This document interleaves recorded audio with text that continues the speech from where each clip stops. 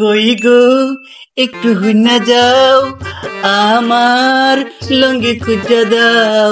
কই গো মন্ত্রী। সালাম সালাম সালাম। মন্ত্রী কি আমাকে সালাম দিল না আমার টুনটুনি চেক দিয়ে গেল বুঝতেই পারলাম না। তাতে তো মনে হচ্ছে কদিন পরে আমার রানী না খেয়ে থাকবে। খামোশ মন্ত্রী, তোমাকে আমি কতদিন বলেছি তোমার এই নোংরা হাত দিয়ে আমার শরীর স্পর্শ করো না, ছেড়ে দাও। মন্ত্রী আবারও ধরেছ। মন্ত্রী তুমি যা করেছ, তোমার রানীমা একটু ছাগলের গোশত খেতে চেয়েছে, তাতে তুমি পারলে না কেন মন্ত্রী?